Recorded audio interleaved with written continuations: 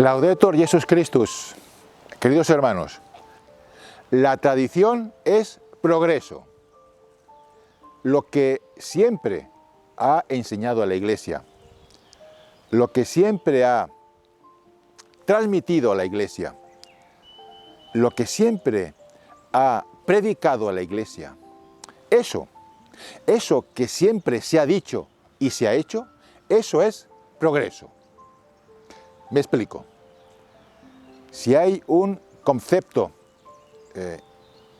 que impera hoy en la sociedad, es el de progreso. Todos están de acuerdo que es necesario una sociedad progresista, un gobierno progresista, leyes que sean progresistas, partidos políticos progresistas, actitudes progresistas, formas de pensar y actuar y de hablar progresistas. Pues bien, todos estos que están de acuerdo con el progreso, todos tienen un denominador común: la ausencia de Dios. No hay espacio para el Señor en esta sociedad progresista.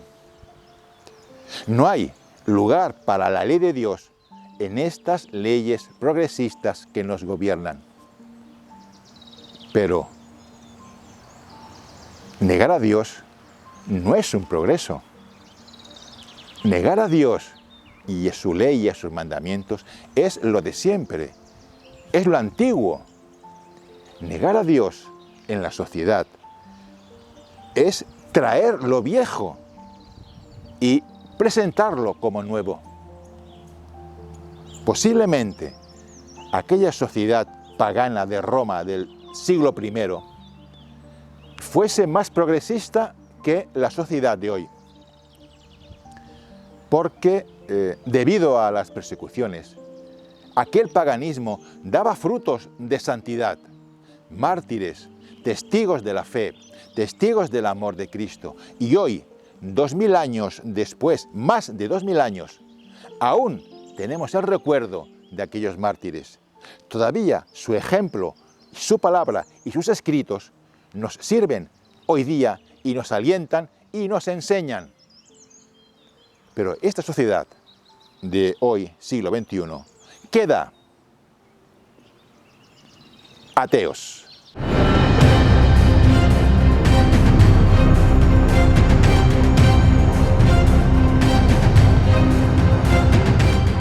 Queridos hermanos, Cristo es el progreso. Él es la novedad, la eterna novedad. ¿Cuándo se ha visto un Dios hecho hombre? ¿Cuándo el hombre ha escuchado palabras tales como: amarás a Dios sobre todas las cosas y al prójimo como a ti mismo? O aquello de poner la otra mejilla.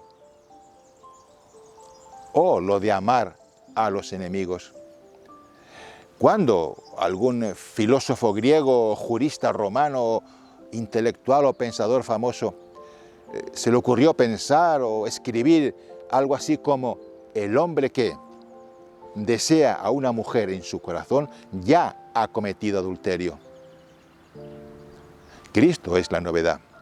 Sus mandamientos son mandamientos de vida. Son la ley que hace libre al hombre y por tanto le hace progresar, porque siempre será una novedad hasta el final de los tiempos el mandato de no matarás, y siempre será un progreso a matar y al aborto. Siempre será un progreso: no cometerás actos impuros. Y siempre será un retroceso la vida inmoral e impura. Siempre será un progreso el matrimonio sacramental cristiano. Y siempre será un retroceso el divorcio, las uniones libres. Sí, la Iglesia nace progresista porque tiene en su seno la verdad del verdadero progreso, Cristo y su palabra. Los mártires lo fueron porque no quisieron perder el progreso de la santidad, el progreso de la fe. Porque siempre la fe será un progreso a la incredulidad. Siempre la santidad será un progreso al pecado. Siempre la vida sobrenatural será un progreso a la vida carnal y mundana y corporal. Siempre el cielo será un progreso al infierno.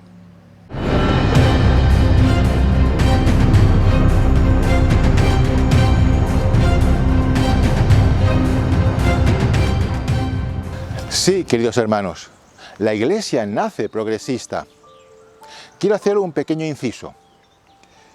Desde el concilio, 3 vocablos están muy presentes hoy día en la Iglesia. Y me refiero al tema del diálogo, la apertura al mundo, la actualización o ayornamiento. Pues bien, la Iglesia no solo nace progresista, es que nace dialogante y nace actualizada al mundo y abierta al mundo. Esta es la razón por la cual la Iglesia condenó, y así lo ha hecho durante la tradición, el error, la herejía. ¿Por qué? Porque sabía el peligro que tenía tales errores para la salvación de las almas. Porque es misión sagrada de la Iglesia procurar la salvación de sus hijos. Por eso la Iglesia nunca pudo permitir que el error, la herejía, entrara en su seno y pudiera poner en peligro la salvación de las almas. También la Iglesia piensa en la salvación de los que están en el error.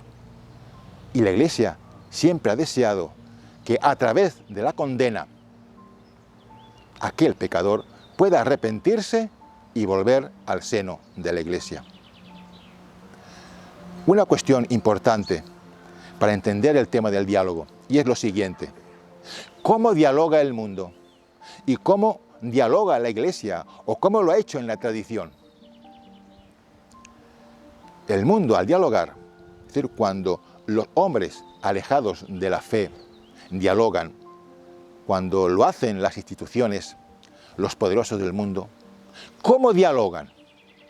Lo hacen partiendo de una premisa incuestionable. No hay verdad absoluta, principio fundamental para formar parte de este club del mundo.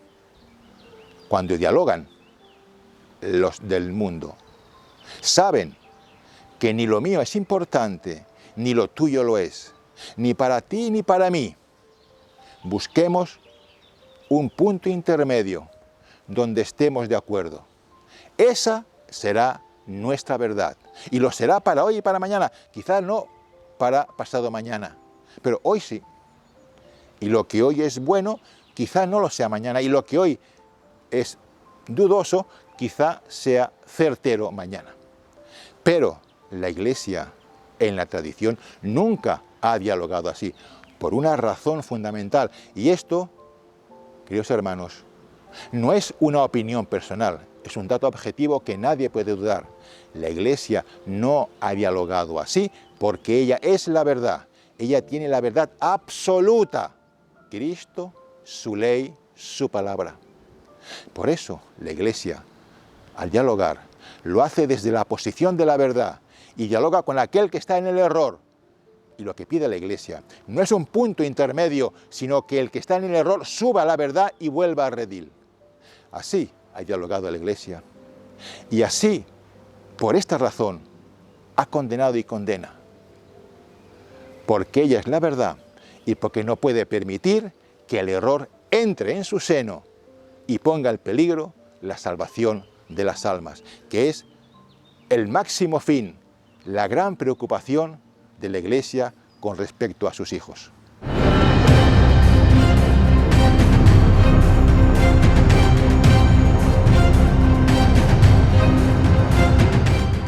La Iglesia, queridos hermanos, siempre ha dialogado. Lo hizo cuando recordaba a los poderosos que su autoridad viene de Dios, que aunque el pueblo los elija para gobernar, la autoridad es divina y por tanto las leyes que han de publicar han de ser leyes acordes con la ley de Dios, porque la Iglesia a lo largo de la tradición nunca olvidó aquellas palabras de Cristo en el pretorio a Pilato, cuando éste le dijo que él tenía poder para dejarle libre o para condenarle.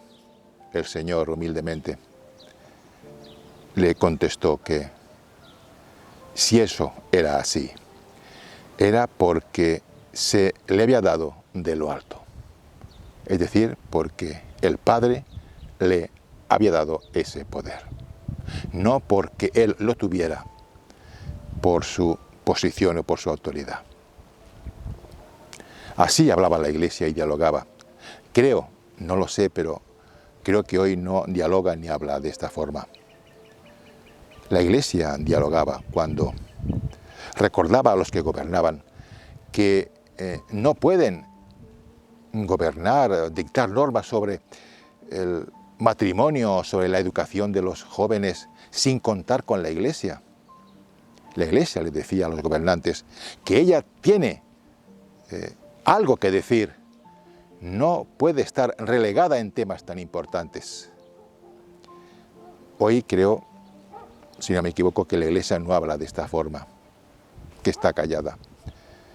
La Iglesia sí dialogaba cuando decía con rotundidad y con autoridad que hay que desobedecer, sí, hay que desobedecer esas leyes del Estado que van en contra de la ley divina y de la ley natural. Así hablaba la Iglesia. Creo que hoy, si no me equivoco, no habla así y está callada. La Iglesia siempre estuvo actualizada al mundo, ayornada al mundo, claro que sí. Por ejemplo, en la Revolución Francesa, la Iglesia sabía lo que estaba pasando.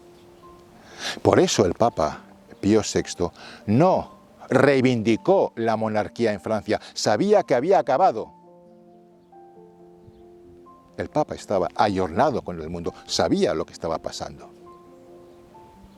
Ahora bien, cuando aquellos revolucionarios con las manos manchadas de sangre, aquellos impíos enemigos de Dios y enemigos del hombre, proclaman aquella infesta constitución civil del clero, claro que el Papa protestó, claro que la Iglesia alzó su voz para defender su derecho y el derecho del pontificado.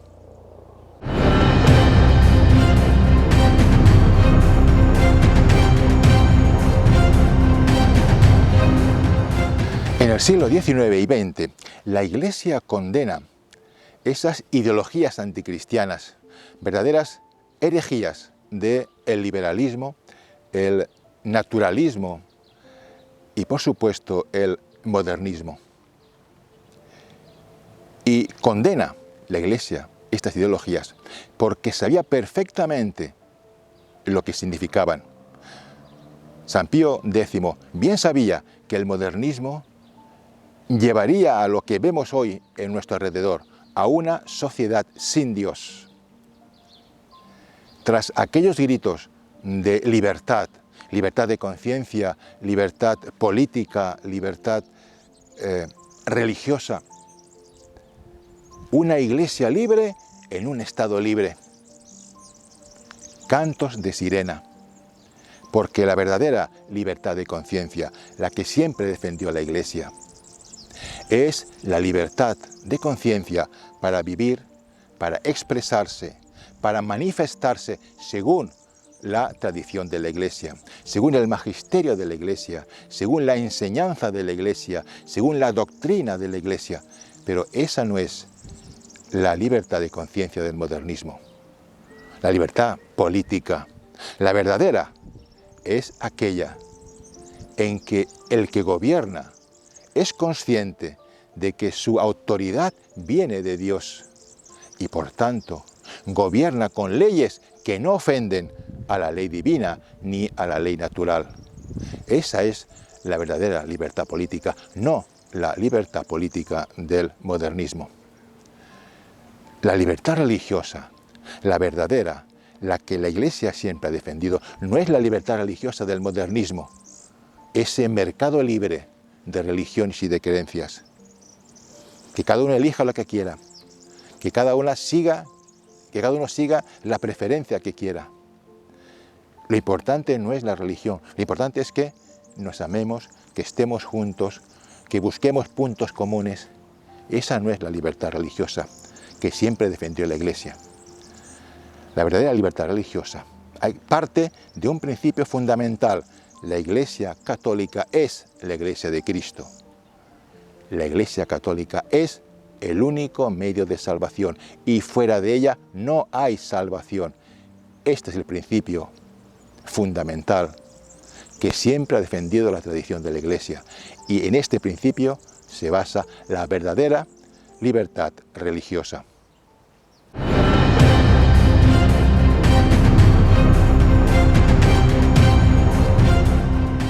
Sí, queridos hermanos, la tradición es progreso y lo es porque nunca cedió al error, nunca bajó el listón de la verdad. El hombre que reconoce que está caído, el hombre que reconoce que está herido por el pecado original y que necesita ser redimido por Cristo, ese es el hombre libre, ese es el hombre progresista, ese es el hombre capaz de llevar la libertad a los demás. El hombre lleva más de 2000 años sin progresar, más de 2000 años encerrado en su cárcel de los sentidos, repitiendo una y otra vez, erre que erre, non serviam Domini, no serviré al Señor, no serviré al Señor.